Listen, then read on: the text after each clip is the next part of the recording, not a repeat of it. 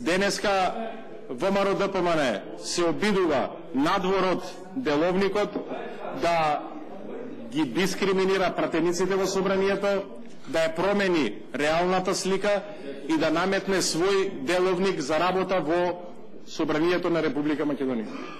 Во Законодавно-правната комисија го кршеа деловникот, овде ги кршеа микрофоните и столчињата и масите кои што се направени од ваши пари, почитувани граѓани. Сето ова е вложено од парите на граѓаните на Република Македонија. И никој нема право, па макар бил и ВМРО ДПМН, да крши и да удира по фотелите и столиците овде. Се разбира, за жал, моите колеги пратеници тоа го правеа, а господинот Ставревски уцвика и ништо не направи, не удри ни еднаш со флашата, но сето време ги хушкаше пратениците да реагираат и тоа да го направат.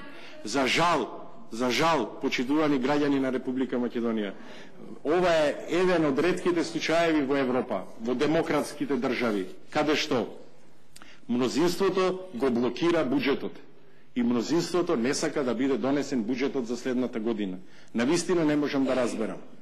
Беше, кога беа опозиција, тропаја со тенџериња, кршеа, вадеше господинот Груевски картица од тогашниот председател на собрание, починатиот господин Љупчо Јордановски, а сега повторно с истото го прават. Замислете, без разлика дали со опозиција или власт, тие не сакаат да се донесе буџетот на Република Македонија. Со еден збор, тие односно работат против интересите на граѓаните на Република Македонија.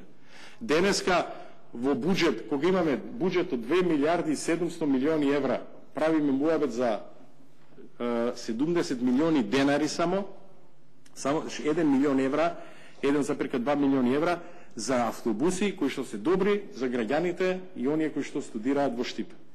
И навистина не можам да разберам зошто и пратениците што доаѓаат од ВМРО ДПМН од Штип и господинот Владко Ѓорчев, кој што е носител, ама само е носител, бидејќи никогаш не се појавил таму во последно време, бидејќи знае каква е ситуацијата, не сакаат да се донесе овај амандман.